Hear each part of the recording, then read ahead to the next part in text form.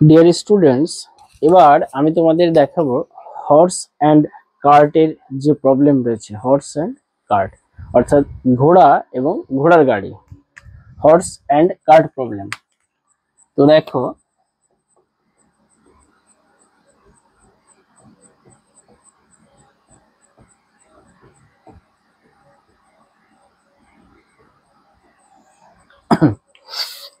ভালো করে দেখো।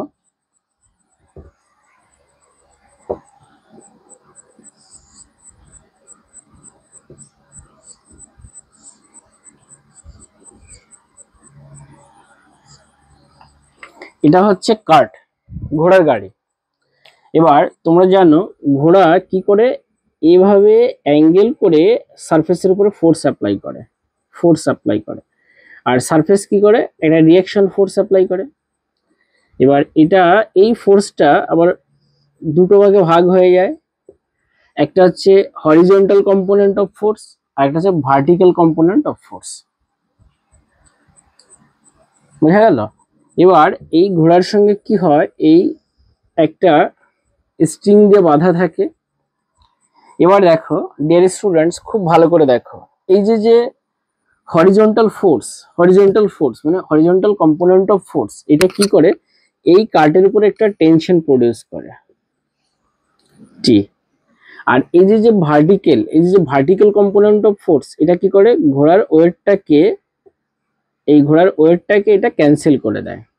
তাহলে ঘোড়াটা এবং এই ঘোড়ার গাড়ি নিয়ে এগিয়ে যায় কোন ফোর্সটা দিয়ে, এই হরিজন্টাল কম্পোনেন্ট অফ ফোর্স, এই কম্পোনেন্ট নিয়ে। এবার দেখো যখন এটা সামনের দিকে চলতে শুরু করবে, তাহলে কি হবে, একটা ফ্রিকশন প্রডিউস হবে। আর এই ফ্রিকশনের জন্য, ভালো করে দেখো, এই ফ্রিকশনের জন্য এই স্ট্রিং এর উপরে এই একটা বিপরীত দিকের টেনশন প্রডিউস হবে। এই এইচ এর জন্য, স্ট্রিং এর জন্য এদিকে অ্যালং পজিটিভ এক্স অ্যাক্সিস এদিকে একটা টেনশন তৈরি হবে। আর এই ফ্রিকশনের জন্য নেগেটিভ এক্স অ্যাক্সিসের দিকে একটা টেনশন তৈরি হবে। এবার দেখো, খুব ভালো করে দেখো ডিয়ার স্টুডেন্টস, যদি এই যে এইচ মানে এটা, এই হরিজন্টাল কম্পোনেন্ট অফ ফোর্স কি করবে, সামনের দিকে পজিটিভ এক্স অ্যাক্সিসের দিকে কাজ করবে। আর এটা কি করবে, এই যে এই ফ্রিকশনের জন্য যে টেনশনটা তৈরি হয়েছে, এটা কি করবে, বিপরীত দিকে নিয়ে যাবে। তাহলে এই ফোর্সটা মানে এই হরিজন্টাল কম্পোনেন্ট অফ ফোর্স যদি এই টেনশন থেকে বেশি হয়, তাহলে কি হবে, ঘোড়া মুভ করতে পারবে, ঘোড়া মুভ করবে। ভালো করে দেখো, যদি এই horizontal component of force greater than এই টেনশন মানে নেগেটিভ এক্স অ্যাক্সিসের দিকে যে টেনশন, তার থেকে যদি বেশি হয় এটা, তবে ঘোড়াটা মুভ করবে। এবার দেখো, এই ফ্রিকশনাল ফোর্স কি করছে, এই ফ্রিকশন ফোর্স থেকে যদি এই টেনশনটা বেশি হয়, মানে এই ঘোড়ার ওই হরিজন্টাল ফোর্সের জন্য যে পজিটিভ এক্স অ্যাক্সিসের দিকে যে টেনশনটা তৈরি হয়েছে, যদি এই ফ্রিকশন থেকে এই টেনশনটা বেশি হয়, তবে কি হবে, গাড়িটা চলতে শুরু করবে। তাহলে দেখো টি এটা মাইনাস এফ, কি হবে, গাড়িটা চলতে শুরু করবে। এটা হচ্ছে এই স্মল এমটা হচ্ছে মাস অফ হর্স, আর এটা হচ্ছে মাস অফ কার্ট। মানে স্মল এমটা হচ্ছে মাস মাস অফ হর্স, আর ক্যাপ এমটা হচ্ছে মাস অফ কার্ট। এবার দেখো এটা 2 নং।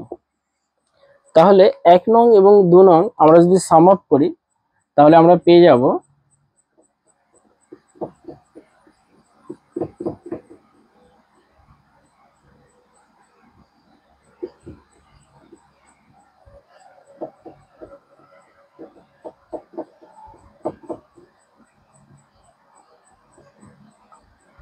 তাহলে অ্যাক্সিলারেশনটা দেখো,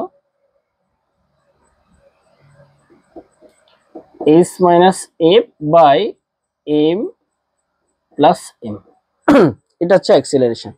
তাহলে দেখো ডিয়ার স্টুডেন্ট, আমরা এ সমান সমান নর্মালি আমরা কি জানি, এফ বাই এম।